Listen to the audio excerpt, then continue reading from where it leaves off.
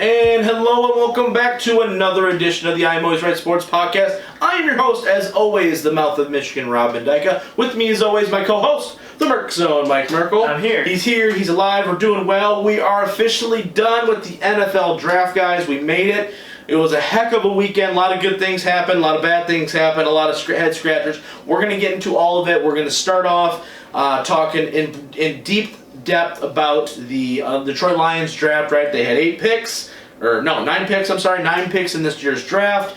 They addressed some needs, couple head scratcher picks that we'll go into. We'll give our overall grades for this draft. I think you're really going to enjoy that. Then we're going to talk about the draft as a whole. There's a lot of things that happen in this year's draft, guys. That's the best part is we go through all these mock drafts, Mike, and we think that we have kind of a picture of where these guys are going to go, and then certain teams go out and blow that up completely. You know what I mean? So it's one of those things where you look at it and you just go, wow, there's a lot of stuff here that it's just crazy. It really is. And then later on in the show, we're going to talk some other football-related news, maybe some basketball news as well. So we're going to keep you informed on that. But let's jump right into it, Mike.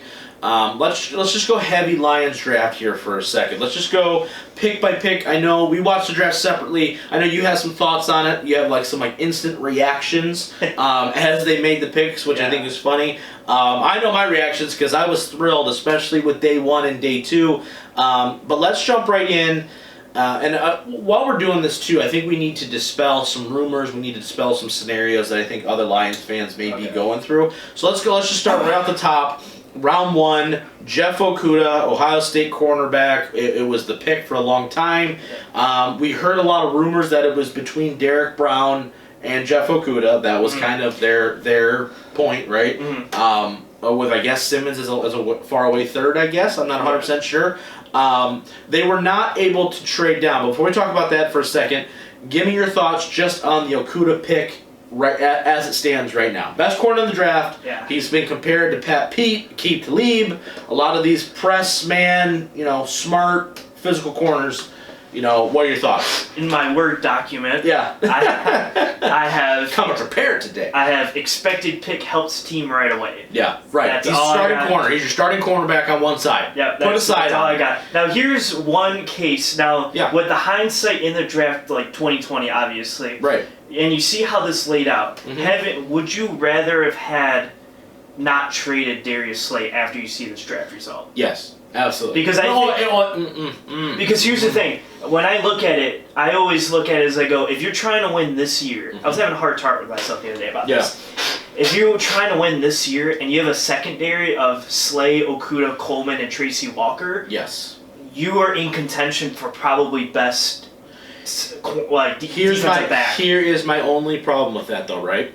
Is that if you don't trade Darius Slay, right, you don't draft Okudah. I don't think because I think that if you would have drafted, if they would have drafted Okudah. But I'm just saying, if the draft went the same way, if you do take Okudah and you didn't get rid of Slay, right? So you just lose. But you would have only had it then for a year. That's my thing. That's right. Because Slay's whole point of contention here was he wanted to get an extension, right? Yeah. He thought he warranted an extension. I'm not going to go into that portion of it right now. But that's where he was, right? That's where he's at, is that he wanted an extension on his deal. So the reason why the trade happens in the first place is because they went, all right, we're going to zero in on Okudah. Yeah, he's going to fill that place in. And I think they did a nice job. That's why before this draft, I was extremely concerned that they were going to take Derek Brown because I'm like, with Trufant being signed, right? And they're like, well, see, they just did, everyone's like, well, no, Trufant's going to be the number one. I'm like, no, that cannot be the thing. They can't go into, I'm looking at their depth chart right now, they can't go in with Trufant and Darryl Roberts, a spot starter from the Jets, and Justin Coleman being their top 3 corners. That can't happen, right? So now you look at this depth and you go, okay, you've got Jeff Okudah on one side, you've got Desmond Trufant on the other, and then you've got Justin Coleman in the slot with the Warrior and Darryl Roberts being your other corner on the outside. And then you've also got Tracy Walker, Will Harris, Deron Harmon, all in the safety position. And Jaron Kearse as well, who I'm a big fan of from Minnesota, who I think is going to play a bigger role than people think he's going to. So your secondary now, looks a little bit healthier. You have a little bit of depth now. Like Darryl Roberts started half the season for the Jets last year, right? Trufant was the number 1 corner in Atlanta last year. You know what Coleman can do if put in the correct position, right? The beginning of the year last year, he was on fire. The second half of the year, he was atrocious. So you hope to see that bounce back. And then Deron Harmon fits that safety role that they like to do, that playing the center field spot really well. Tracy Walker is your roaming, just playmaking guy in your deep third of your secondary. And I think Will Harris is your box safety. So all of those things are good things, in my opinion, right? So I think to answer your question, yes. I think if you had Coleman, Slay, Okuda, I think it's better than Coleman, Trufant. Yeah. But I will say that I don't think Okuda's a Lion if Slay is still here. That's fair. I think they paid Slay then, is my logic. And then they would have had Derek Brown, which I know some people were excited about, but I was not on that train, especially at number 3. Okay, let's talk about the trade rumors for a second. We heard going into Thursday night. Tuesday, Wednesday, stuff really started picking up. They had talks with Miami, they had talks with LA, they had talks with Jacksonville. Nothing happened. Okay? They don't get, as for all reports, they don't get an actual firm offer on trading down, right? Are you upset at all that they didn't trade down, knowing the fact that, or are you upset that they didn't get anything, right? Like, what if they would have traded back and just got an extra 4th round pick, for instance, would that have been enough? Because I feel like they were kind of in a hard situation where it was like, you traded down and you only got a 4th round pick.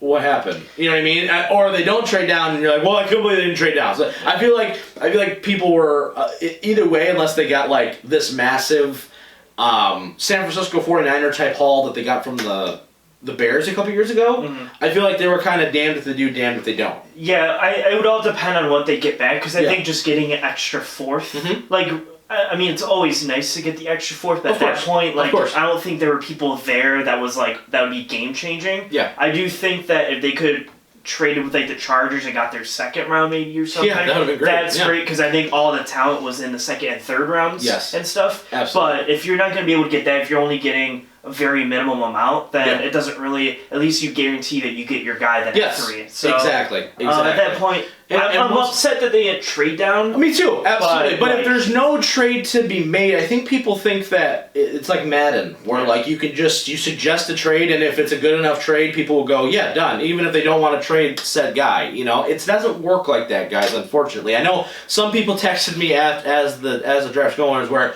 they should have at least tried to get something, and I go, yeah, but you're inheriting the risk then. That's the reason why you get compensated to move down, is because you're inheriting a risk to say that, okay, if they move down to 5, who knows? Maybe somebody like Jacksonville tries to trade up. They took C.J. Henderson, the top other corner in this draft, at 9, right? So maybe they tried to move up. I know Atlanta tried moving up as high as number 2. So there's variables there, guy, that have to be played into that. I'm glad they took the guy that we all kind of thought would fit and help immediately. And I think that's a great assessment. All right, let's talk, we're not going to spend as much time on the rest of these guys, obviously. But DeAndre Swift, running back out of Georgia, round 2, 35th overall pick. I want to tell you, my first reaction was shock when they took him. Yes. That was my initial first reaction. Thought for sure they were going defense. But even though he wasn't necessarily, for what it's worth, right? We're just fans. On my board, I like J.K. Dobbins as the best running back, because I think you could have got him in the 3rd. Turns out you couldn't have. But DeAndre Swift, for a lot of national pundits around the league, saying that he's the best running back, he's the most complete back in this draft. And you get him at 35. You probably should have went late 1st round. You get him early 2nd. I think there's a value there. And I think that value was really hard for them to pass up. And I also think they were caught with their pants down a little bit last year when Kerryon got hurt, and they didn't have a sufficient backup. You know what I mean? Bo Scarborough, Wes Hills, Trey Carson. Yeah. You know what I mean? That's not moving. Even with Ty Johnson. Ty Johnson's not a 3-down back. Yeah. He's not. So I think they were kind of stuck where they went, oh crap, you know what I mean? And I think they were banking a little bit on Kerryon being healthier, and I think this limits Kerryon's touches, which keeps him healthy. And I think same thing with Swift. I think they like, Bo Scarborough and some other guys we're going to talk about here in a minute, but I really like the pick. I think they want to run the football. They want to run the football. So get the best guy who you think can run the football and tote the rock. I think he's a 15-touch guy. Yeah, I wrote here that it's tough one for me to decide because I do love the value. Like getting the value was definitely there. Like yes. You didn't get him with the first, you got him with the second. Yes. But as you said though, with the questions about the O-line and D-line, like you're not solidified at all of these spots. So I was like, I don't. It did feel a little bit like a luxury pick. Yes. A little bit. I wrote, I don't love, in all caps, I don't love this pick. Right. But I think for where they're at and like what you see later, I don't mind it now. I think they wanted to get playmakers. Yes. And Quinn has said that a couple times in a row now, where they need guys to make plays, big plays. We had 7 interceptions all of last season. Mm-hmm. Why do you think they drafted Okudah? Mm-hmm. That's why, right? Swift. It's like we haven't had a run game worth a damn since Reggie Bush had one good season here, right? He's our last 1,000-yard rusher. That was 6 years ago. Mm-hmm. So in 2013, 7 years ago, whatever. So like you just go and you go, wow, right? This is. It's been a minute, you know what I mean? And we haven't had a consistent run game since Barry. So all those things put into, what you have, and you just go, all right, they're trying to throw another dart at the dartboard, but I think that with where they're at as far as running back roster goes, all of a sudden you look at that room and you go, there's going to be some tough cuts made, and wow, look at that room all of a sudden. You got Bo Scarborough, who I think probably makes the team just because he's the bigger dude. Yeah. Carry-on and DeAndre Swift. Possibly Ty. With Ty, and then maybe this other guy we're going to talk about they drafted in the 5th round. You got a lot of options now. You know what I mean? They're all different. They all provide something else. It's going to be very interesting to see how that running back room shapes up. All right, round 3. They had 2 picks in this round. The first of them, outside linebacker Julian Okwara out of Notre Dame. Mm-hmm. I was thrilled with this pick. I was really, really happy when they drafted him. I knew they had to go defense, clearly. Yes. I was like, unless there's a wide receiver staring at him in the face that they thought needed to happen, I thought maybe they could have gone guard or offensive lineman here as well, though we'll get to that in a minute. Okwara, brother to Romeo Okwara, who's also Lion, so I thought that was kind of cool. I don't know if you saw the draft day video where he's like, we're going to be roommates. I thought that was super awesome. The most efficient pass rusher in all of college football last year. 18% success rate. I know it doesn't sound like a lot, but if you look when we talked about when Kennard got released, he had the lowest success rate as far as his pass rushes goes compared to the amount of pass rushes he had. He had some of the most pass rushes in the league. He had the lowest success rate. Okwara, outside linebacker, put his hand on the ground, I think he's going to wind up filling the Devin Kennard role, I think is what's going to happen. I know Jamie Collins is kind of penciled in there right now, but I think Collins is going to move around. Your thoughts on Okwara in round 3? I wrote that I don't hate the pick. I think talking about it more made me like it a little more. Mm-hmm. I think a guy that I liked more personally, maybe the line set was Zach Bond out of Wisconsin. I thought that was the pick. So I legitimately thought they're going to go Zach Bond. And I went, my personal pick here would have been Zach Bond, but I get what they're going for and adds depth. Same player. It's the same player. Position. Yeah, same thing. And maybe having Romeo Okwara there was like... He is a freak of nature athlete-wise. Maybe he was like, hey, Julian's just as good. Or maybe I think, too, they looked at it. He's an elite athlete. And a lot of people reading after the fact thought that he could have maybe been a high round 2, low round 1 player based off his athleticism and his skill set. So everyone says that pass rushers, elite athletes that are pass rushers, get overdrafted, right? And everyone says, at least we're a day removed, that he kind of fell below where he should have been drafted. He had a broken leg last year. Obviously that sucks, so it hurts, but I think they benefit quite a bit. And I think it's a guy where you just kind of rotational, just keep him going, rotate. All right, the other 3rd round pick, they actually trade up to get Jonah Jackson, guard out of Ohio State. Love this pick. I loved this pick. He's the best pass blocking guard, I think, in the draft. I think he opened up lanes for J.K. Dobbins. You play in the Big Ten, you have to be, and you're an offensive lineman, you got to have something to you, right? Unless you're, transfer from Rutgers, goes to Ohio State, is their best lineman there, and you look at it and you just go, he's probably your starting right guard. Yeah, I like the pick. He's probably your starting right guard. I wrote in here that he has a chance to compete for the starting job, even maybe day 1 starter. Yeah. So if you get a day 1 starter in round 3, great value. Yes. So I can't hate on that. I was super pumped when they traded up to go grab him. And now let's take a second here because day 3 is where we kind of get a little crazy a little bit. But I look at it, you go, Jeff Okudah, starter. DeAndre Swift, he's a starter, right? I know maybe Carry-On maybe takes the first snap, but DeAndre Swift's going to be your starter. Akwara is probably a rotational piece right now. I don't expect him to start immediately. And then Jonah Jackson's probably your starting guard. Yeah. This is probably where we're at, okay? Let's go into the rest of the picks now. It's Stenberg. What's his first name? Logan Stenberg, guard out of Kentucky in the 4th round. They actually traded down a little bit and he got an extra fifth. They traded away the 3rd round and the 5th round to go up to get Jonah Jackson. Then they trade back, take Stenberg later on with Colts. Thoughts on the Stenberg pick? Back-to-back guards. I don't think anybody saw that coming. I was kind of expecting defensive line at this pick. But obviously we're not going to be right every single pick of the time, right? Thoughts on the Stenberg pick? I wrote that it was back-to-back guard picks. I was hoping for maybe a defensive tackle, like the highest one that you have on the board, because you went outside linebacker, but you didn't really go interior defensive line. Yep.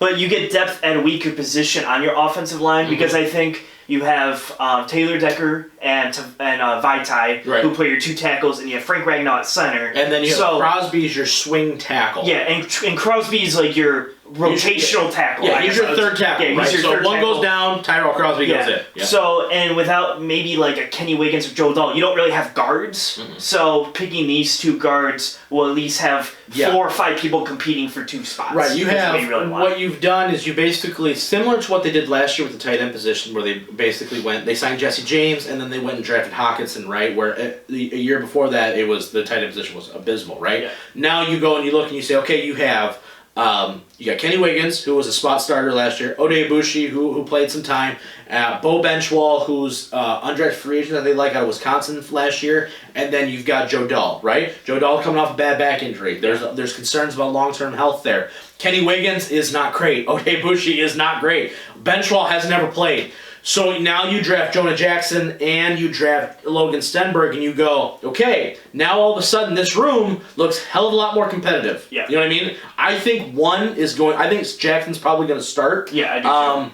I think Bushi or Wiggins, whoever they like more, one of them gets cut. Yeah. Quite frankly. And I think hopefully Joe Dahl's healthy. If not, I don't be surprised, quite frankly. I mean, maybe Wiggins takes over the other spot just in case, but I could see Stenberg maybe playing the other guard too. Not a lot of not to start off, but he's not a lot of NFL teams can get 5 linemen like center. No, but if you have, and we talked about the 2 tackles in the center, I think are pretty secure right now. Yes. If you found your right or left guard, whichever one you want more, having 4 out of 5 is more than what most teams get. Yeah, you're going to probably extend Decker, if not during upcoming pretty soon here at some point. I think they need to do that. I think he's been good enough. I don't think he's the top tackle in the league by any means, but I think he's Jeff Backus is what he is. Vaitai, you're hoping turns out to be what you think he can be, right? You've got a 2-year window to really figure that out, and then you have an out. I think Frank Ragnow is the best center in football right now. You can at me that all you want, but I think he is.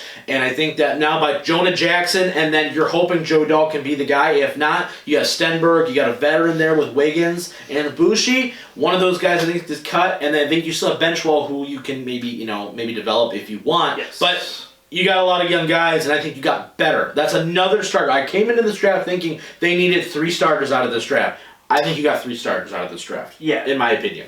But let's go in round 5. This is where stuff gets weird. And I am Mr. Positivity about this draft in a lot of ways. I really like what they did, especially day 1, day 2. But day 3, they had some people saying SOL all over again, which I think is a little bit unfair.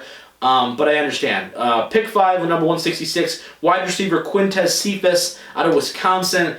Not a blazing guy, right? He ran a 4.7 at the combine, ran a 4.5 at his pro day. So balance that out. He's a 4.6 guy, right? Had some off the field issues. But they like the fact that he's physical. He's a good run blocker out on the edge there. They like the fact that he's willing to be that kind of guy. He's physical. He has to win in all three phases of being a wide receiver, right? His break has got to be good. He's got to be able to be physical down the line, and he's got to be able to go up and make the catch, right? Yeah. So there's some questions about his hands too, but I think that they're hoping that because you have three starters right now, Galladay, Marvin, Amendola, Marvin Hall is definitely going to be there, right, as their speedster deep threat. I think him being that last guy, I think they're hoping there's no pressure for him to be like this second coming kind of guy. You know what I mean? I think people have problems with his 40 time the most out of this, but let's not forget, there's certain guys. John Ross ran a 4.2. He ain't done diddly squat. Yeah. You know what I mean? Jerry Rice ran 4.7. Mm-hmm. I mean, I'm not comparing the guy to Jerry Rice, but the point being is that it's not always about straight 40 times. Your thought on the pick, I do think, though, they could have gone a different wide receiver at this pick. Yeah, this is the first pick I didn't like really at all. Yeah.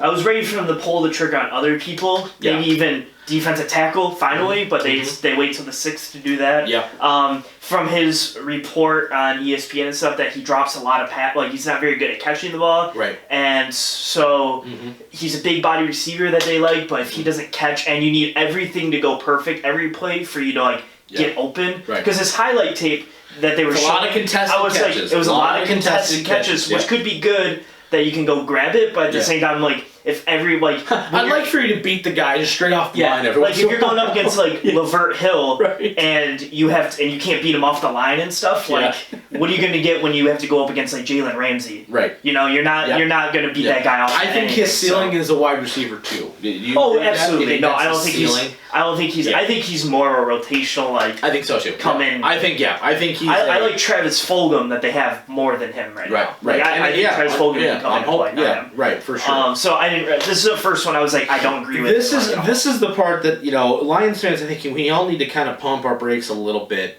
as far as we're in rounds 5, and 6, and 7. I think it is very crazy to overreact or underreact on guys this late, right? If they take. They took a quarterback or they took something in round 2 and you go, what the hell are they doing? That I can understand, right? Yeah. Because your first couple rounds need to be guys that are going to play pretty much immediately, right? But, as we get rounds 4, rounds 5, rounds 6, round 7, I'm not trying to make excuses for the team because they've had some stinker drafts, okay? But as far as this goes, if this is my biggest complaint is rounds 5, then I'm going to be okay with this draft. You know what I mean? So let's go to the other pick. This is the one that I have the biggest issue with. Running back Jason Huntley out of New Mexico State. This is one that I really had a problem with just because you just drafted Swift. And that running back room is crowded. And I don't think that he's going to do anything that's going to help you anytime soon. Let me put it that way. Even if he is your kick returner, okay, cool. But kick returns are so out of the game now anyway. If that's your number one skill set, you can't be Devin Hester and make a living off of just kick returns now. You can't do that. So this is if there's a pick that I vehemently was I don't get it, this was the pick for me. Yeah, I also didn't like this pick either. Yeah. I think this round was hard for them. I think they wanted to go wide receiver early in the 5th round, but I don't think anybody liked their selection, and I think nobody likes this decision at all. Because I look at it as you took both of these, well, not Cephas, I guess, but you took Swift in the 2nd round, and then you have Carrion, Ty Johnson already. Yeah. So I'm those are your 3, if you want to put both Scarborough in there too. You already have 4 guys that I think are going to be your 4 running backs. Right. Usually you don't want to carry more than 4 running backs normally. Yeah. So I was I don't even see a need or a spot for this guy. So I think you just kind of got him. And they're going to compete. And they're just going to Ty Johnson are going to compete. I guess so. I think that's what's going to win. But I think my thing is I prefer having the guy because you saw what Ty Johnson did and he did good things last year. I like Ty Johnson. So I was good luck. I guess good luck competing with Ty Johnson because I already know what he can do in the season and he did pretty well. For sure. All right, round 6, John Pennicini out of Utah. We talked about a guy, Lakey Fotu, who I liked a lot out of Utah. He went in the fourth. He went right before the Lions pick in the fourth round. So that was the kind of guy I thought they were going to target. They take the other defensive tackle, and the reason they like him is because basically Fotu being that more traditional, just clog up a space, this guy kind of did the same thing. And he was the guy that you kept seeing on tape. You know, I'm kind of regurgitating what Bob Quinn was saying, and I looked at Pro Football Focus, and they said, a lot of times you think a guy fits the scheme, but it's reality. It's the other guy you're not paying attention to, is kind of what they said. They said that Penasini fits that need a little bit. He's going to be a run-clogging kind of guy. He's very active, I think he's Danny Shelton's insurance policy is really what I think he's going to wind up being. Thoughts on John Penasini? They finally addressed defensive tackle. Yeah. That's what I wrote. I think we looked at D-line a little too late. Yeah. It's a fine pick for depth purposes, but I wish we would have looked like 4th, early 5th for a defensive lineman at the spot, not late. For sure. And just so we get to it, I have the exact same feeling for our 7th. Yeah, Jay Sean Cornell. Yeah, me too, right? I think they look at it, and another Ohio State Buckeye, which I'm fine with. That team turns out talent left and right. We'll see. 5, 6, 7. It's not always. They don't always make the roster. That kind of thing. Yeah. Practice squad guys. It'll be very interesting to see.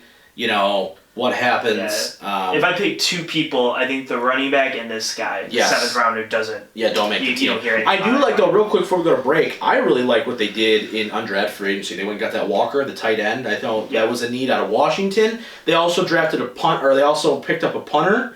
Who was the top 3 punter in the nation past couple years. So I think they have 3 guys on their roster punter-wise right now that all are going to be competing for a spot. So that'll be a fun. Punter Watch is officially on for training camp, so that'll be fun. They also picked up a long snapper too, which I think is kind of crazy, and some other secondary guys. We'll talk about them obviously as training camp hopefully gets underway, because right now, no one knows. If you're an undrafted free agent, no one knows what the hell anything about you. So, just in my brief research. But overall, Mike, give me a grade for this before we go to break. I'll give it a B minus. B minus? Maybe a B. Okay, I'm going to go B plus A minus. I really like what they did in the first 2 days. I think you got 3. Going in with my expectation, you needed 3 starters. You got 3 starters, so big check for me. Yeah. We're going to talk about the quarterback situation here in a second, too, after the break, but we're going to go through that. So we're going to talk quarterback situation for the Lions. You want to go through all the rounds that were in here? Yeah, we're going to go through that, too. We're going to go through just some overall draft observations, who won the draft, who lost the draft, that kind of stuff, and then we're going to be talking some basketball action as well to end the show. Big, heavy draft day this week, guys. We don't have to talk about it for a whole nother year after this, so I hope you guys enjoy it, and we will be right back. Hey guys, it's the Mouth of Michigan, Rob Mendyker, just reminding you once again that we have a brand new t-shirt store at belowthecollar.com/I'm Always Right PC. Go ahead, go buy the official IER logo shirt you see here and support the show in any way you can. Thank you so much for your support. Now here's part 2 of this week's episode. And welcome back to part 2 of the episode. Oh, was it episode 74, 75? I don't know. You say that. Maybe you need to start keeping track. What are you doing around here? All right. You got notes. I have 1,300 words of notes here. 1,300 words. Wow. Look at that. You check the number. I like how you're like 1,300. Yeah, 1,362 to be exact. That's an impressive number for sure. All right. Let's jump right back in here. We just broke down the draft in episode 1 or part 1 of this show. Just kind of giving you, if you don't know. If you don't know, what are you doing? But real quick, I want to talk about the quarterback situation. Okay. I know some people were mad they didn't draft Tua at 3. I know some people were mad they didn't draft a guy like Jake Fromm or Jacob Eason late in the draft. Let's talk about Tua first. Okay. Were you in favor at all of taking Tua at 3? I mean, yes and no. Like, I don't know if I'm in favor, but like, if you think that he can be a guy for a future, like if he could revolutionize this team like a Russell Wilson or Patrick Mahomes, I don't think you could pass on it. Right. You know what I mean? Right. But you didn't think that, so I'm okay with it. Yeah. Okay. Yeah. That was kind of my logic. I think some of these quarterbacks got hurt a little bit because I think some teams are going, there's better ones coming soon. That's fair. You know what I mean? Like I think in my opinion, I think Burrow would have been the number 2 quarterback next year. I think it's Trevor Lawrence, Joe Burrow, and I think it's Justin Fields and then Tua. I think you can get nitpicky with that one, honestly. But you know what I mean? Like, in my opinion, at least, Trevor Lawrence is a clear number one. Yeah, and Like, here's the thing, right? And here's what I want to talk. And the Jake Fromm thing, right? Because he lasted the 5th round, right? That was a guy that I saw some people on Facebook, on my Facebook, on some Twitter. They were like, "Oh, we gotta take him." I am not a proponent of taking a guy that if he's lasted this long, and you can't throw Tom Brady in my face, all right? That's a 1 in a million shot, all right? If you don't think, if you think there's a quarterback out there that is going to revolutionize your team, like Mike just said, and is going to be the guy that is going to be better than Stafford in 1 to 2 years, and is going to take over for this team, you need to draft him a lot higher in the 5th round, okay? And I don't think anybody had that grade on Jake Fromm. I know people like Jake Fromm. He's a good dude. Had a lot of success at Georgia, right? The arm strength's not there, right? Athleticism's probably not there where you want it to be, okay?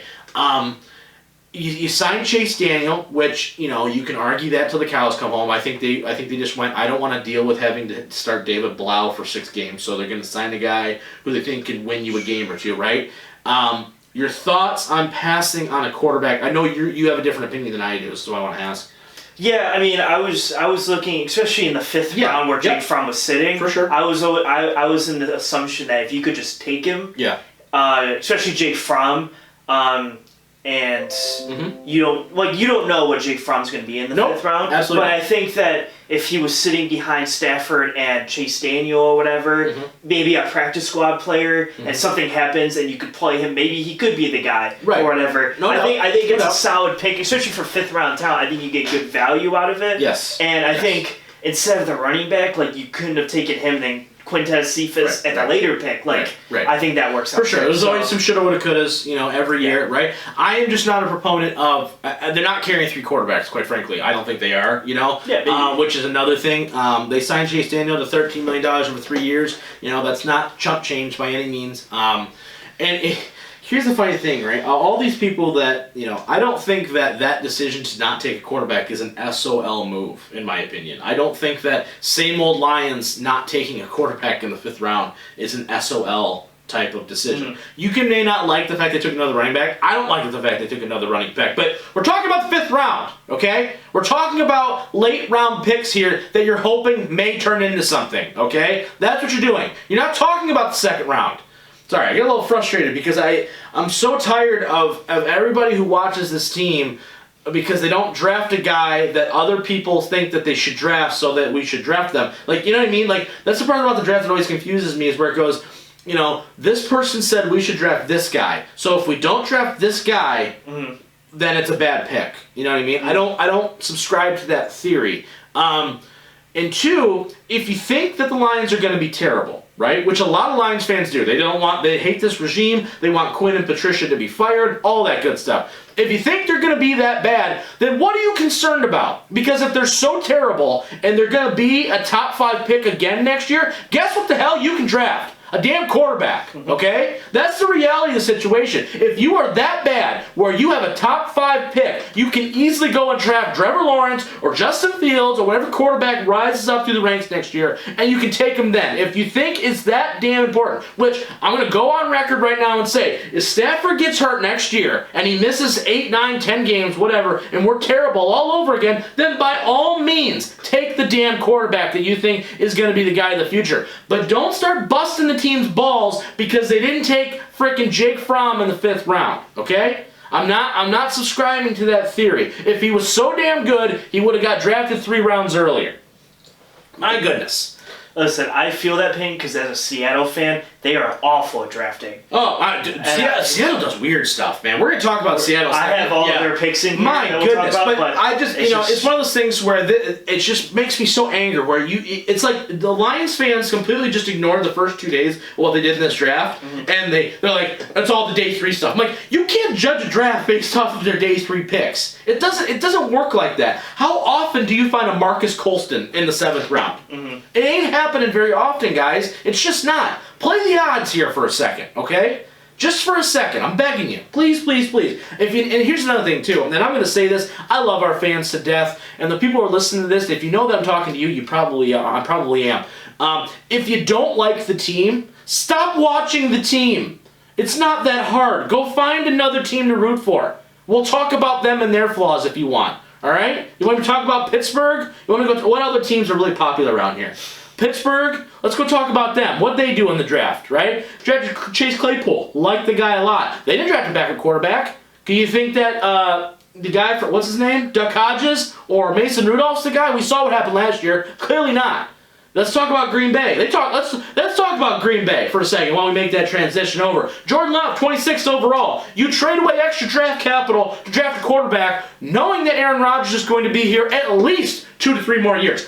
He's got like a $17 million cap hit in year 3 of this extension. So he is not going to play for a minimum of 3 years, if not 4. And by the time that you honestly think that Jordan Love is ready to play because you've gotten rid of Aaron Rodgers, guess what you have to do with Jordan Love? You got to pay him.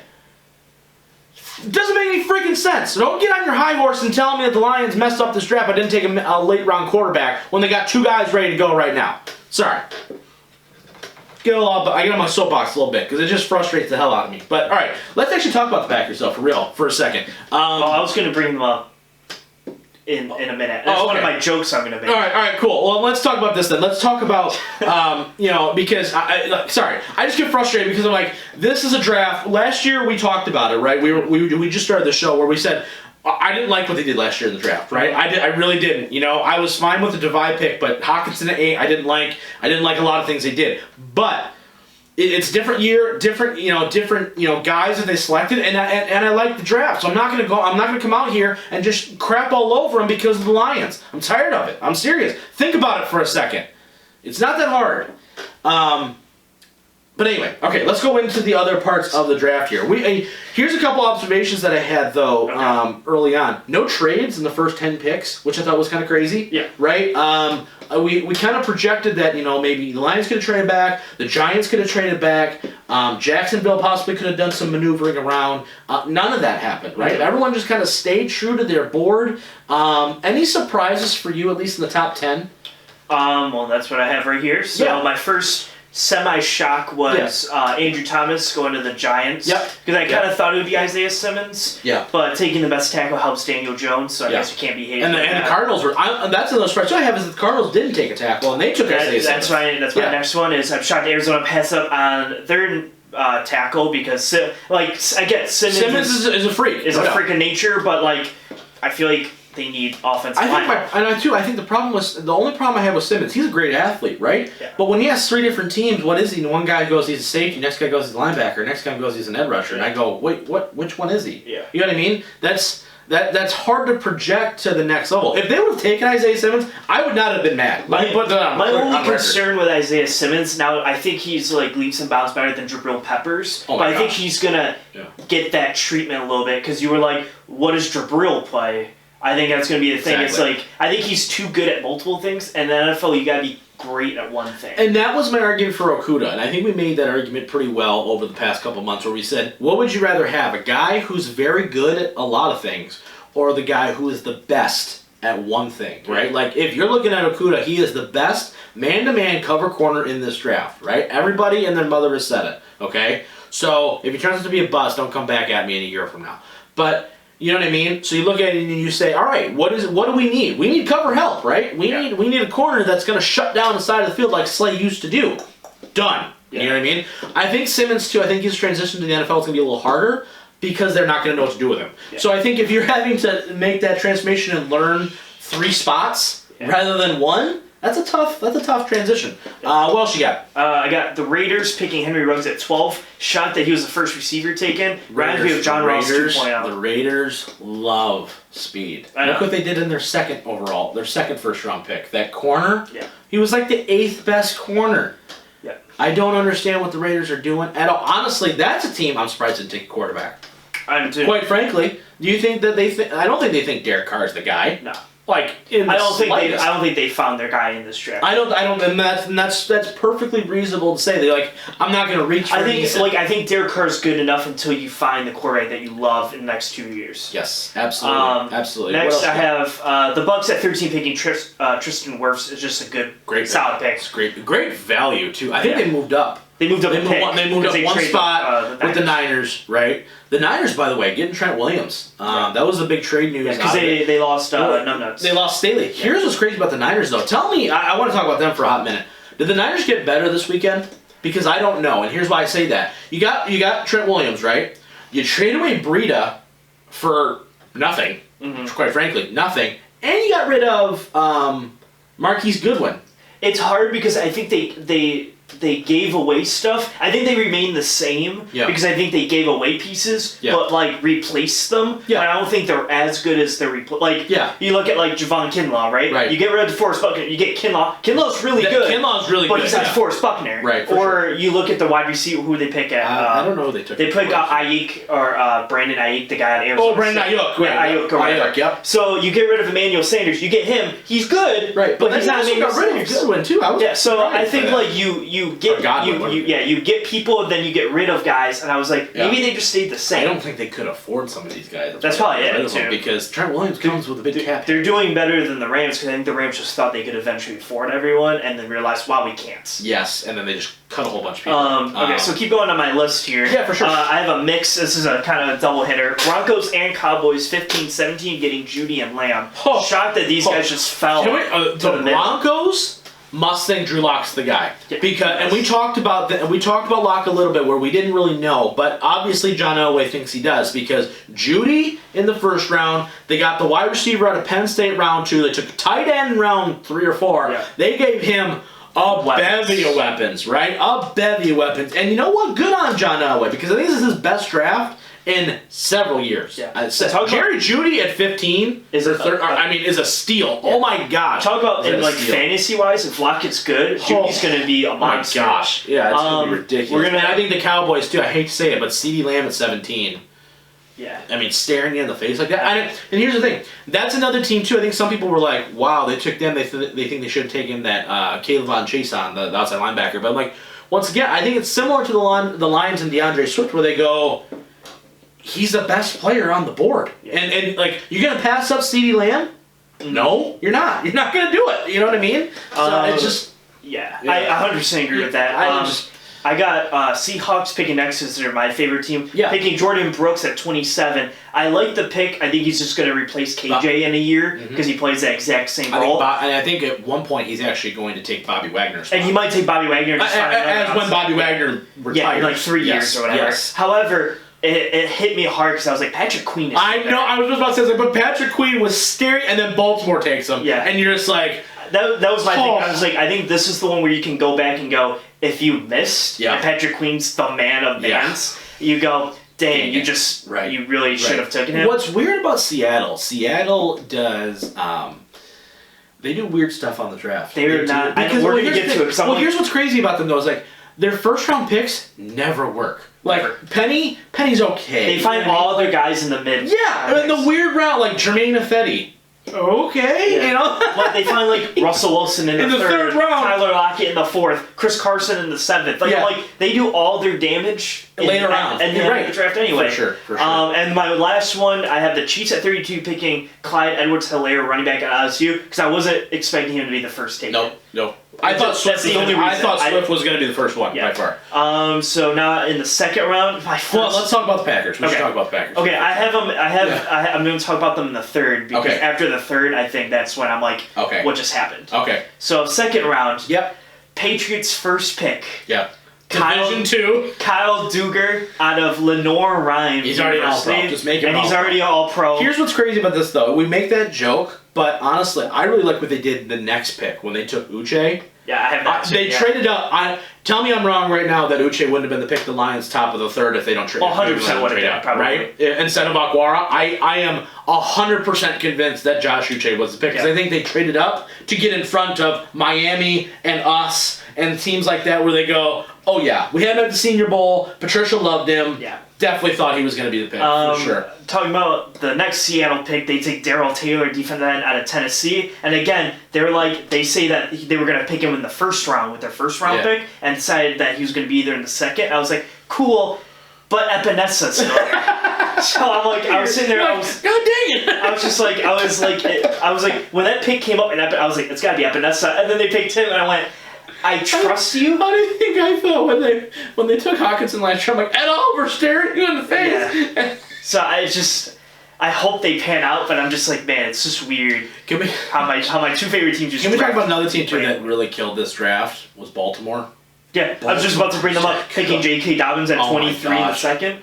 Oh my god. You got Mark Ingram, Lamar Jackson, and J.K. Dobbins. They With got Mark Andrews, They got Marcus Crochet Brown. too late. They got another wide receiver too. There's another guy too. Did they get Matabuke too?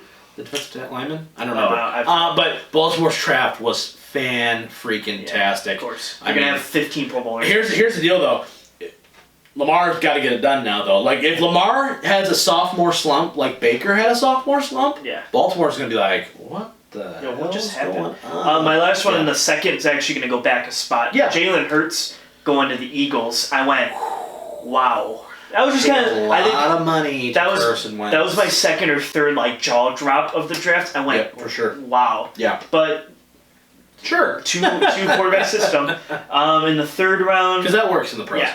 In the third round, I was sad that the Saints took Zach Bond because I was like, man, I thought the Lions would get him eventually. Yep. And then we're gonna hit the Packers picking 30. So their first three picks, So they took Jordan Love. They took the running back out of Boston College or I think it's Boston College. yeah. And then at their 30th pick in the third round, they picked Josiah DeGuara, tight end out of Tennessee. And in my notes, I went, what is going on? Drafted no needs and is helping the team at all with picks. So far, worst draft at any team, in my opinion. Yeah. No, I think it was like a visible worst draft, too. it was rough. Like, all the other teams at least picked like one or two people that was like, that makes sense, and maybe your other picks were bad. If you guys got some time, go on YouTube. Look up Pat McAfee's show. He does a great job. He's hilarious. The a lot of fun. old Colts punter. They have a guy on there. I don't know his actual name, but he's a big Packer fan. And his reaction when they draft Jordan Love, it's like an 8-minute clip. Go and look at it. It's Pat McAfee reacts to Packers drafting Jordan Love or something like that. Go out of your way when you're done listening to the show. Go listen to that. Listen to the whole 8 minutes. It's totally worth your time. It made me cry laughing. That's how funny it was. But let's talk about the Packers. I want to talk about everybody in the division real fast. I was going to say, everyone in the division, I think the Vikings killed. Yeah, I think Absolutely especially the killed. first couple picks. First The couple picks were for sure. awesome. Yeah, they just had a lot of picks. Yeah, they just had a lot, so they had a lot of shots at the dartboard. Yeah. I think the Vikings are by far they're the team to beat in the North. the team to beat in the North right now. Yeah. I think the Bears did fine. I think the Bears. I don't know what the hell the Bears are doing. They have 10 tight ends on their roster. I agree. Cole Kmet and that. Here's the thing: best tight end in the draft. Fine, right? Yeah, that's what I mean. But you just signed Jimmy Graham too. Let me put that. Jimmy Graham is not good. Let me put that. But you pay him $9 million a year with a no trade clause, and then you draft Cole Kmet. I have the same problem with my team later, but we'll get to that. Yeah. But I was just like, the Bears, I just went. I think the Lions had the best draft in the first 2 days. Round three, third day, you can argue. Maybe the first 2 days, I think the Vikings had a better overall draft. Well, they had 15 freaking picks. I think the Vikings did a very good job, though. I think it's the Lions and Vikings. Packers are, it's the Lions and Vikings, close. Bears, and then like a big drop-off in the Packers to me in this draft. Yes. And here's the shocking thing is, when I look at this draft, if you weren't a football fan, you would probably think that they were like 3-13 last year. And you're trying to find a new quarterback, and you're trying to fill out your roster more. They were 13-3 and in the NFC Championship game, and this is your draft. Not that they're a fake 13-3 in my opinion. Like because they played so many close games. I think there's a little bit of fool's gold there. So I think that once again regression back to the mean. Lions went 11-5, winning all those close games. Went 9-7, have 8 comebacks. Right. Regression back to the mean, right? That doesn't happen every year. So I think that you're going to see the Packers lose some of those close games without what they did now, and they did nothing to help themselves in the first 2 days of this draft. Yeah. Nothing. And winning the division, you're playing all the division winners now. I think your schedule is going to be tough, and I just think, I think the Packers are going to be in a long haul this season if they don't find a couple more guys in free agency. Yeah, their only hope, low key, is that. Rodgers is so pissed off that he just goes bananas. I think that's what they're like. I wonder if now they can't. There's no way you could be thinking, oh, let's make Aaron Rodgers angry and have him go another season. No. Like, there's no way you can even. It's the cause behind it. But do you think that he asked for a trade? I would be surprised. If I'm Aaron Rodgers, I am livid. We're going to go to break here in a second, and we'll continue this draft talk and talk NBA here in a second. But I am livid if I am Aaron Rodgers because you have wasted 85% of my prime. Yeah. And I got one ring out of it. I haven't been back to the Super Bowl, and you won't give me anything. In the deepest wide receiver class in years, and you don't went even 5 rounds and 27 picks. You don't even draft one. Yeah. One. You drafted offensive linemen that aren't going to play. You drafted a quarterback that's going to replace my ass, and then you drafted a tight end who may play, maybe. Yeah. Oh man, like I don't feel like Aaron Rodgers. I don't like him, but I feel like holy crap. Like if they did this to Stafford, I would be flipping tables. Like the reaction by Packers fans, I do not think is unwarranted. What's crazy though is that I've seen Packer fans are now saying, so are they going to trade Rodgers?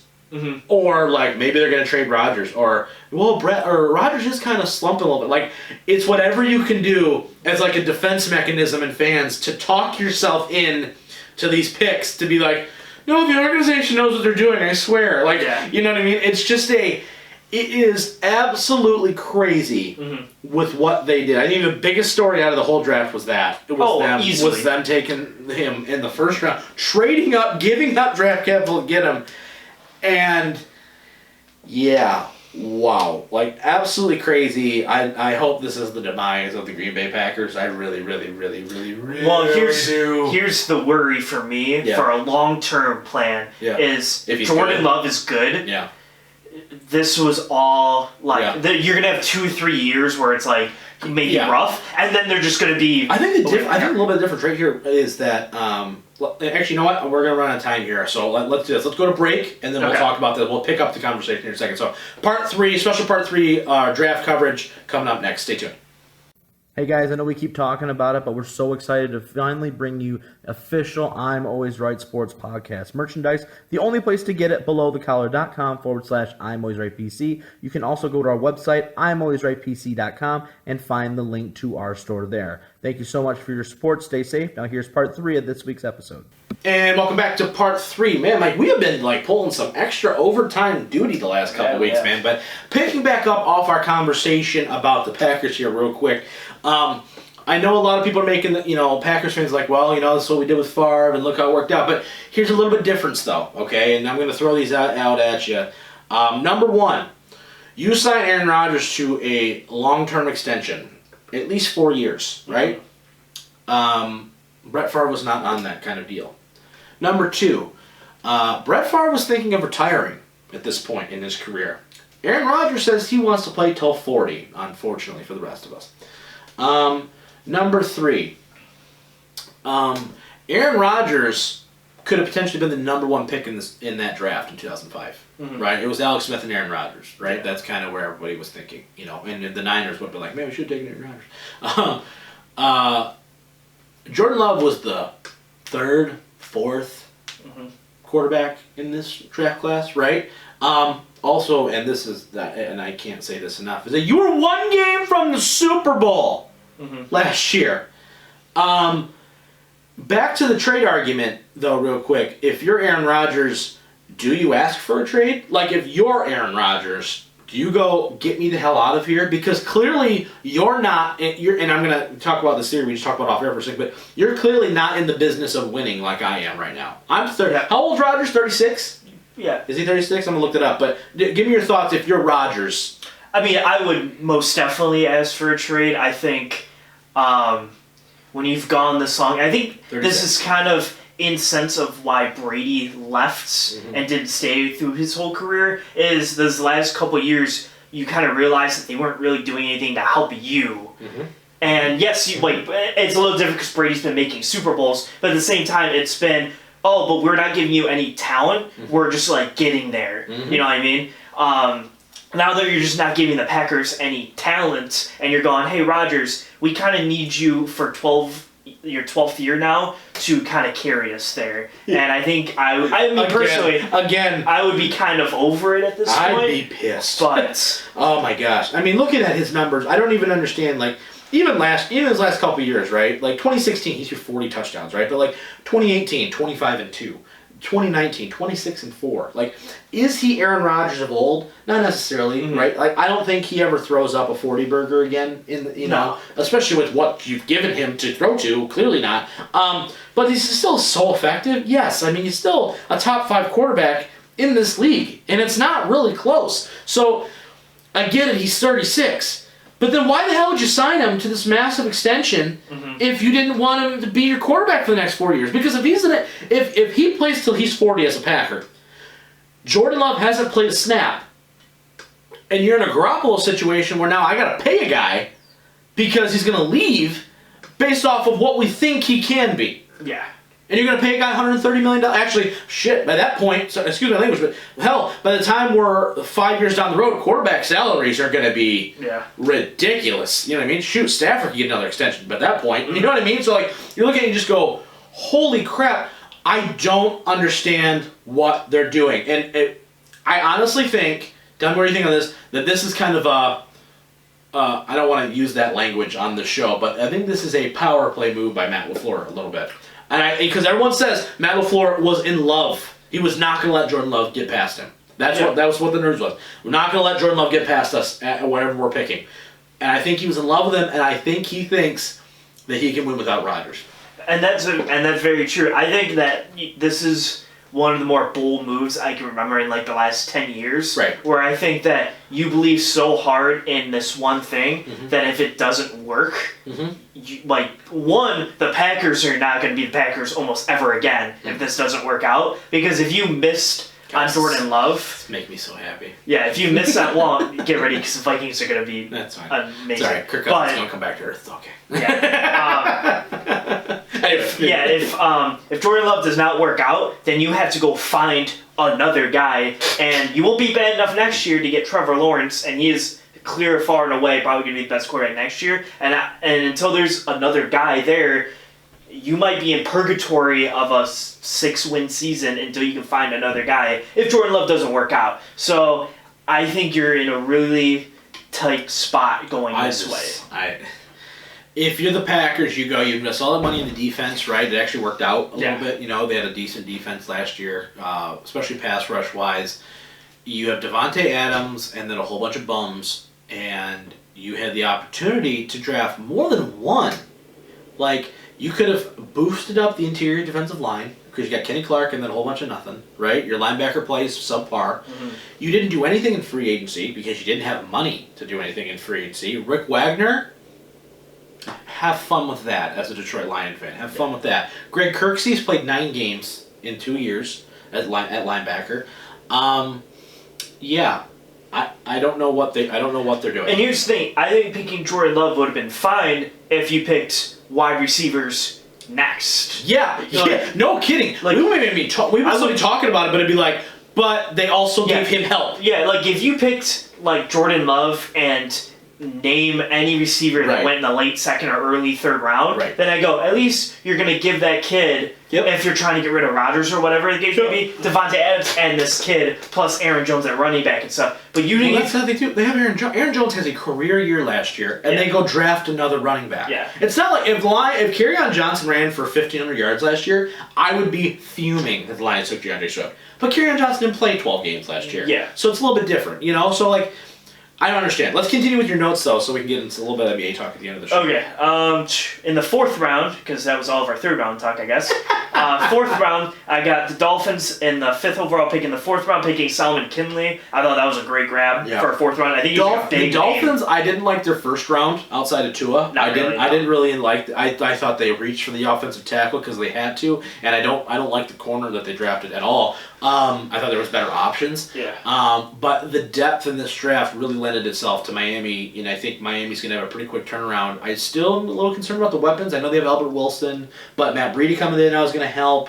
I don't think Devontae Parker's anything special. I think they needed to grab another weapon, but I think maybe they can do that still. I don't know, but that's, I think, the biggest thing that they're going to need for Tua, along with offensive line help. Yeah. I got the Colts in the 16th pick, taking Jacob Eason out of Washington. I thought this was great value in the 4th round. I think Eason was the 5th best quarterback. I love Fromm. I like Eason. Yeah. And I think if Eason can sit behind Phil Rivers and even Jacoby Brissett for 2 years Yeah. and then come in, I think he could be a good player. I think Brissett is going to be a guy that could be on the trade block now. Yeah, I think he could be. Because I think Rivers is only there 1 year. No offense, they ain't going to do nothing Yeah. this year. So, with that being said, I think that if you think Eason is the guy, right, and you were smart about it, Chris Ballard's good GM, maybe so. I don't think Eason's going to wind up being their guy. I think he's going to be in the filler role where he sits where he. I think he's the Brissett. I think maybe he's there for a year or two because they're not going to get the guy next year. I don't think they're going to be bad enough to get a top quarterback in the next capital. So say they miss out after that, I can't tell you who the hell is going to be. I think because Phil Rivers can be fine, Yep. do what he does next year. Eason's going to play for 2 years. He'll be like a Josh Allen, Sam Darnold efficiency, not that good, but that efficiency rating where he's a good player, not anything special, and probably move on from him after that. But I think in the 4th round, if you get that, no, sure. Plus, if you need a quarterback, that's the difference here. That's the difference between Lions and the Colts. The Colts needed a quarterback. Yeah. They need one. They don't have one right now. They have one for a season. Yeah. You know what I mean? Because Brissett, obviously, they've already said that he's not the guy. Yeah. So. And then the last pick in the 4th round, I got the Cowboys taking Tyler Biadasz or whatever, the center from Wisconsin. Yep. I'm shocked that he kind of dropped this low, to be honest with you. Yep. I think it's very good value, and since Travis Frederick retired, I think Cowboys had a nice draft. If not replaced him in a year or two, probably be the starting center. Cowboys had a really, really nice draft. Unfortunately, I said that even about their draft the year they drafted Dak and Jalen Smith. You looked at his potential alone. You're like, wow, this could be really good. They did a really nice job giving Dak some weapons. I think the problem is that you once again. I don't know how much you addressed the defense as much as you could have in this draft. I know CeeDee Lamb was too hard to pass up. I think Weaver went there. I think he went there to the Cowboys. Who? Curtis Weaver? No, he went to the Dolphins. He went to the Dolphins? I have him right here. Did they take a Nye then? The other defensive end from Utah? Either way, they took 2 corners, so... Yeah, I thought they drafted a pass rusher too that I really liked, but I could be wrong. Anyway, they had a really nice draft. I do think, though, that it's them and Philly all the way, and it's not really close. Who outside of the Packers, who dropped the ball in this draft, in your opinion? Oh, I had that written down somewhere. Hold on. I had a team. I think I didn't like what the Raiders did. I thought the Raiders really made reach after reach after reach after reach, and they went by speed. It's like Al Davis was alive again, and they're just like, hey, we're just gonna go and speed. Yeah, it's as long as he's fast, that's all that really matters. I think another team that I didn't really understand, what they were. I thought Cincinnati had a good couple first rounds. The Bears. The Bears, yeah, I didn't like the Bears. The Bears, my thing is, they don't have a lot of the offensive help, and they went defense, offensive guard, defense was their draft, and I was like, your defense is stacked. Yeah. You have all this defensive talent. Why'd you go all defense? Right, for sure. And then I didn't really like what the Rams did either. I know they got the replacement for Gurley, which fine, I guess. I thought a lot of teams in the first round reached for cornerbacks and tackles, and it makes and I think that's why a guy like DeAndre Swift falls because I think that there was a lot of teams. I think Atlanta reached early for that corner. I don't think AJ Terrell. I think that's what they took, right? Who? The Falcons? Yeah, Falcons. Yeah, right 16. At 16. That's a bit I was high. Watching him play against LSU. Right. I was like, man, I thought he was a better really talent, yeah. and he got blown away by Justin Jefferson. Right. Play after play after play in that game.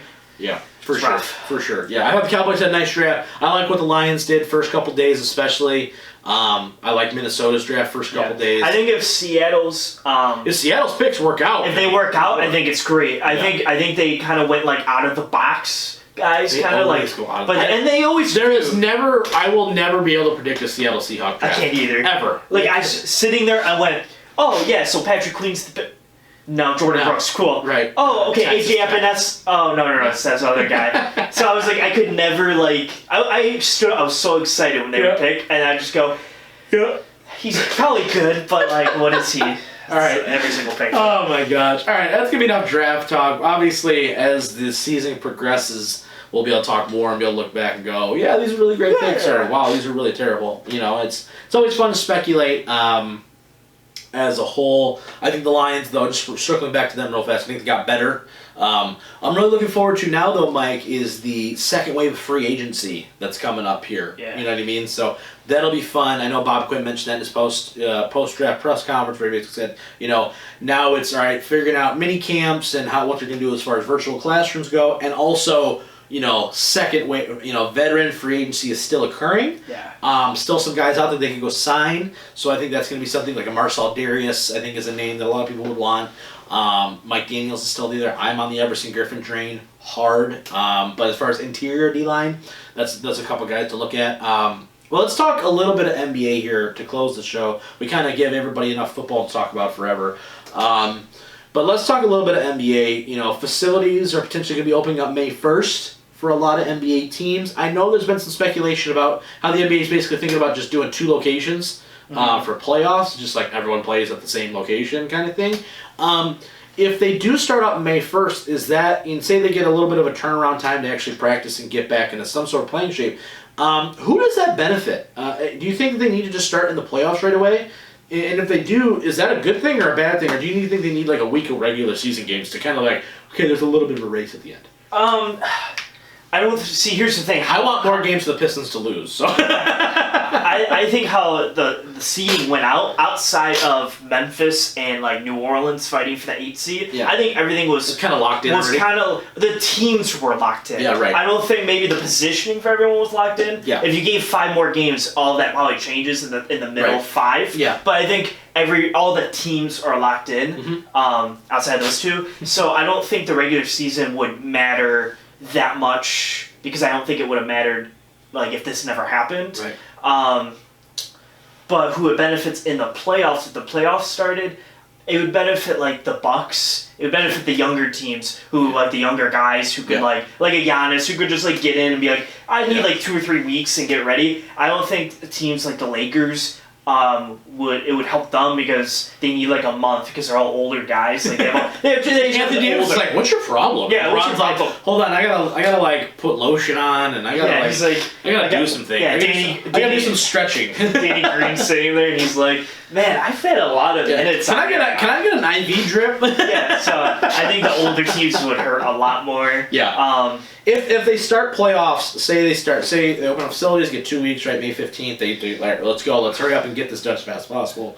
Are the Lakers still the team to beat in your opinion? Yes, and here's why. I think they're because they did I want to so get you a shirt so bad that just goes yes ... and then all capital letters and here's why! Exclamation! Do I say that much? it's like your thing. I love it. But continue. Yes, and here's why. I think that the Lakers position themselves in the regular season to be in a spot where even if this does happen, takes a couple weeks. you're playing Memphis in the first round. Yep, done. You're playing the Jazz in the second round. Done. Wrap it up. Like you have Wrap it up. You have like 10 or 11 games right there where you're probably gonna go 4 or 5 with Memphis, probably 5 with the Jazz, but then you can get into game shape and get ready for the Clippers. Yes. But the Clippers' first game is Dallas. Ooh, yeah, That's not easy. Nope. Then you get Houston right after. Nope. That's a tough one. Yeah, so like, for if sure. the Clippers are your second team, that's like, oh, it's Lakers Clippers. Clippers have a lot harder shot to get there with this time off than the Lakers do, because the Lakers are gonna probably go right through. Do you think that this team? I think this layoff Bucks, could potentially benefit the Bucks the most. Maybe. Just because they've been together. I think the longest, number one, right? A lot of that core of that team, right? A couple seasons now making that run. And 2, you know, one of the things where like if the Bucks don't get it done this year, Giannis could leave. You know what I mean? So it's like wrap it up, man. Well, like, get this championship. I think lock this stuff. I think in. the East, top to bottom, like the 8 teams might be tougher than the West. It's hard to say, but I do think West the Bucks really balanced it out this year, though. It I does. would say. But I think the Bucks are just there, and everyone else is like below them to a certain extent. So I think 76ers and Toronto like to think that they're there, but they're not there. and Boston is there. Yeah. Outside of Boston, I don't know who's really there. When you look at it, I'm like, okay, so their first round they're playing Orlando. I don't like Boston's depth. I love Boston's depth. Really? Yeah. I don't. I just think I like their 8. Yeah. Outside of that, it's rough. For me, I look at Boston. I just go, I'm like I mean, I see what you're saying, but at the same time, I'm like, like where's the guy that's going to come out of nowhere? You know what I mean? Yeah, Like, I always, yeah, you know what I mean? yeah. Like I feel like there's a guy every year. Like who was the guy from Toronto that came out? Pascal Siakam. Yeah, right. Where you're just like, who the hell is this dude? You know what I mean? Like, I agree with that. I feel like even like the Cavs run, right, where you're just like, man, you know, Josh Smith is like, I think that clutch play. I think the Celtics are in a. See, they have Tatum. Yeah. The problem with the Celtics is, and we talk about with Michigan, Yeah. is outside of Tatum, if you Right. want to put Tatum in that bowl, you don't have the guy. It's like, okay, go get me a bucket. Right. Kemba could be. Kemba could be, Yeah. but he's Right. he's not really there right now. Yeah. Jaylen Brown is a lockdown perimeter defender, but he's not great on the offensive end. Right. And then you have just two bigs that are bigs, but they're like They're Drummond. bigs. They're They're just bigs. bigs. So outside of Jason Tatum, like Yeah. you don't have that Right. guy, Yeah. and like unlike Giannis, who's the guy, you don't have that. in Right, Boston. for sure, absolutely. But I think it'd be cool just to see the NBA back. That'd be kind of Yeah. nice, you know. I would love it if they would do it like a March Madness thing, where like 12 o'clock, like you have all the Yeah, West- just get it through as fast have as the possible. West the West on Monday, East on Tuesday. You do 1 through 8, 4 through 5 at 12 o'clock, 3 o'clock, 6 and 9 or something. Just one game, And or you you gotta do a whole series? Well, you're gonna do the whole series. Oh, okay. but- I was like, whoa, one game, that'd be cool. Talk about like, wow. Well, you do like, or maybe you do like best of 3, but you do Monday, Wednesday, Friday, Yeah. Sunday. You do 12 o'clock, same team, 4 or 2 o'clock, and Yeah. you just do it all in one day. Yeah, I would. At the same place. Talk about ratings. Like the NFL did huge numbers for the draft this year. Yeah, they did. You talk about the NBA come back just for playoff time. Whew. Yeah. I'd be locked in. Cause I'd be locked in. Oh my god. I'm I mean, on- you're I'm already always locked in, but I wouldn't have been. But I would definitely be if that's all we got. Yeah, definitely something interesting to watch. I do think it. You know, if you're a Laker fan, you're a Clippers fan. You know, as much as you know, Clippers fan, I think you're still right now like, we got plenty of years of this. You don't really. I like. Clippers have 3 years. Yeah, you got 3 years. 2 of years. this, you know. 3 years. So and The if problem with the Lakers is they have this year. yeah, maybe they Maybe can stretch next it year. next year. You know, a lot of people are expecting Anthony Davis to stay, but I would expect him to It's not a one more year. guarantee. You know what I mean? Yeah. And you know, LeBron is 50, so Yeah, it's 50. it's getting up there. You know, it's kind of crazy. Real quick before we end the show, though, thoughts on the Michael Jordan series? Just real quick, just your initial thoughts. Just because we just talked about LeBron here. Yeah, just real it quick. was really good. Yeah. It was nice to get insight Yeah, onto that stuff. just the 1 year, right? Isn't it crazy? Yeah. With all the backstage all that stuff. crap? Yeah, Right. it was really fun. Yeah. Yeah, it was really fun to watch. It made me a little angry, actually. I'm not gonna lie, but Yeah. that's not anything that we should get into. Well, what's crazy, right, is that, you know, you look at it and, you know, everyone, I think a lot of Jordan fans, I think, kind of got a little more perspective because even Jordan went, you know, Scotty was my guy. You know what I mean? So, what's crazy, I don't think Scottie Pippen really has ever gotten, and I think him and tonight, we're recording this on a Sunday, you guys won't hear this till Monday, obviously, but the episodes 3 and 4 are going to talk a lot about Dennis Rodman Yeah. and the bad boys and that kind of stuff, and Rodman really keeping that team together defensively. You know, a lot of people, I think, forget about how good Dennis Rodman was because of all the antics and the crazy hair and the piercings and everything else like that, but Dennis Rodman is a Hall of Famer for a reason. I Yes. mean, talk about a rebounding defensive machine. Mhm. That's what Dennis Rodman was. I liked this first day for like a 5-second thought Yeah. that I feel like Jordan fans, it Yeah. hurts me as a LeBron fan Yeah. because everyone just kind of looks at 6 for 6 Yeah. and thinks that's all of Jordan's career is 6 Right. for 6. I like that they showed like he was great, but he lost also. Like everyone loses eventually. Oh, yeah, and absolutely. I feel like 20 years from now, like they just like. Right, they're going to Jordan do one on fans just LeBron, like that, yeah, for sure. But I think the difference is, what this is also going to spur on a little bit is, I saw a graphic out there where it's like if Jordan did what LeBron did as far as going to Miami, right, and it would have been like Jordan bringing in Bird and Magic. It would have Like, you know what I mean? Which is I yes, mean, yeah, but yes, I mean, you know what I mean? So that's like kind of the comparison, right? Like Bosch and Wade are both Hall of Fame guys. Yeah. You know what I mean? So it's like you look at it and so that's you're gonna I'm preparing you especially. I don't have a dog in the fight. I will always like Jordan better. I don't like either one. Let me be clear. I'm a Pistons fan, so they're both the bane of my existence. They both ended my runs as Yes, top they teams, did. right? But you know what I mean? For whatever reason, I just prefer Jordan just because maybe he's the first guy to really do it. You know, Maybe. whatever, you know what I mean? But at the same time, you being a LeBron guy, you're going to have to deal with that for a long time. I So, will.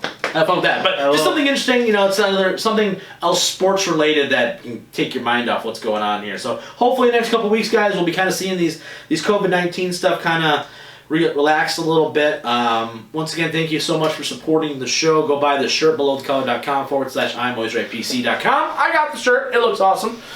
I mean, I look good no matter what. Let's be real. But come on, yours is fine too. My ducks hoodie. Yeah, right. But that's gonna be it for this week's show, guys. Once again, for the missing Whaleman, for the missing Brain, he's the Merc Zone. I'm the Mouth of Michigan, and we will see you guys as always next time.